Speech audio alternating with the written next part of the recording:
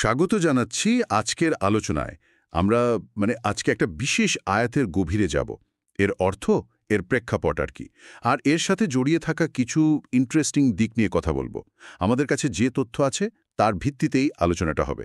হ্যাঁ, একদম। আমরা যে আয়াতটি নিয়ে আজ আলোচনা করতে যাচ্ছি সেটি হলো সূরা আল বাকারা, আয়াত নম্বর ৫৫। ঠিক।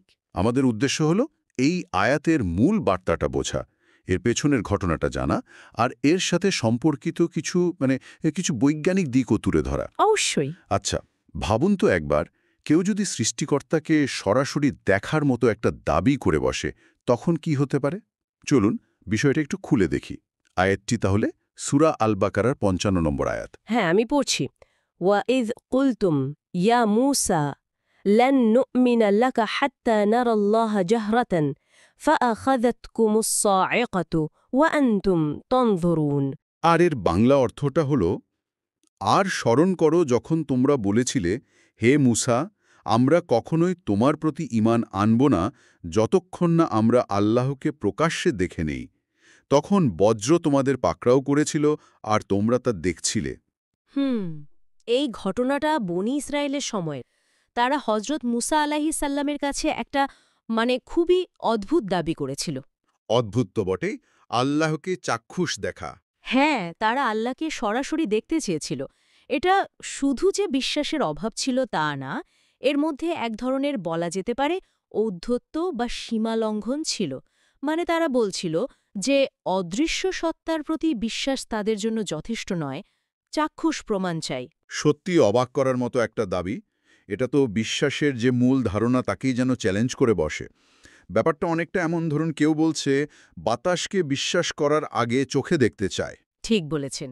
এই দাবির মধ্যে যে একটা স্পর্ধা আছে, সেটা কিন্তু সাধারণ যুক্তির বাইরে চলে যায়, তাই না? একদম। আর এই চরম অবাধ্যতার জবাবেই আল্লাহ তাদের ওপর সাইকা বা বজ্রপাত পাঠান। আর সাইকা যাকে বলা হয়েছে আয়াতে, এটা আসলে নিছক শাস্তি ছিল না, বরং একটা তাৎক্ষণিক ভয়াবহ সতর্কবার্তা ছিল। সতর্কবার্তা? কিসের সতর্কবার্তা? এই সতর্কবার্তা যে আল্লাহর ক্ষমতা এবং তার মহিমা মানুষের উপলব্ধি আর কল্পনার অনেক ঊর্ধ্বে। তাদের চোখের সামনেই এই ঘটনাটা ঘটেছিল, যা এর ভয়াবহতা আরও বাড়িয়ে দেয়। আচ্ছা, এই সাইকা বা বজ্রপাতের বিষয়টা আসলেই কিন্তু চমকপ্রদ। একদিকে এটা একটা ঐশী সতর্কবার্তা, আবার অন্যদিকে এর একটা বাস্তব বৈজ্ঞানিক ব্যাখ্যাও তো আছে। হ্যাঁ, এখানেই বিষয়টা আরও গভীর হয়ে ওঠে। আধুনিক বিজ্ঞান যেটাকে লাইটনিং বা থান্ডারবোল্ট বলছে, কুরআন সেটাকে সাইকা হিসেবে উল্লেখ করছে প্রায় ১৪০০ বছর আগে। এটা মূলত মেঘ আর ভূমির মধ্যে অথবা মেঘের ভেতরেই তড়িৎ শক্তির প্রচণ্ড নিঃসরণ। বিপুল শক্তি। হ্যাঁ, এর শক্তি মিলিয়ন ভোল্ট পর্যন্ত হতে পারে, যা মুহূর্তের মধ্যে প্রাণঘাতী হয়ে উঠতে পারে।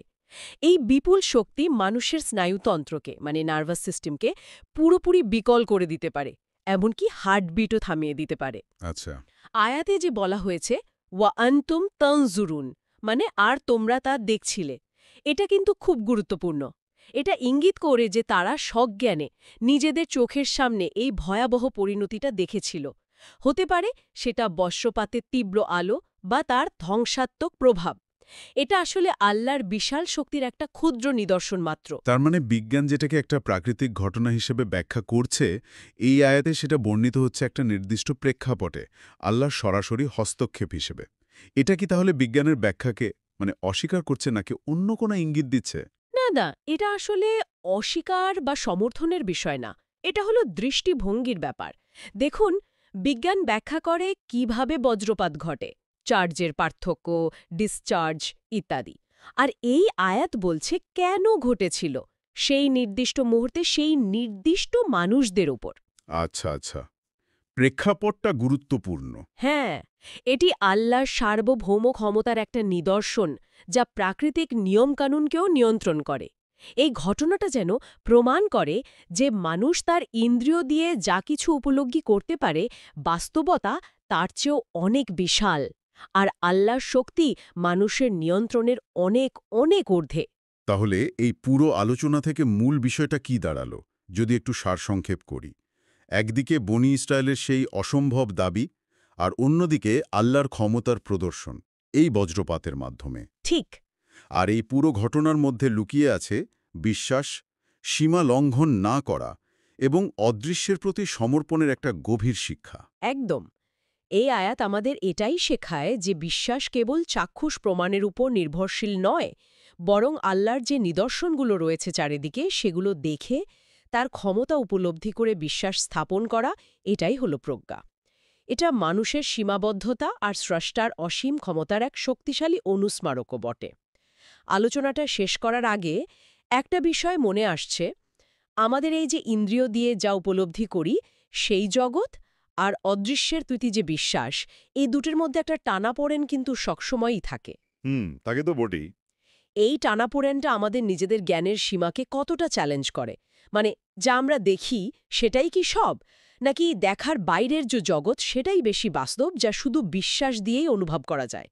এই প্রশ্নটা হয়তো আমাদের আরও গভীর চিন্তার দিকে নিয়ে যেতে পারে। সত্যিই ভাবনার বিষয়। আজকের মতো এখানেই শেষ করি তাহলে। হ্যাঁ, নিশ্চয়ই।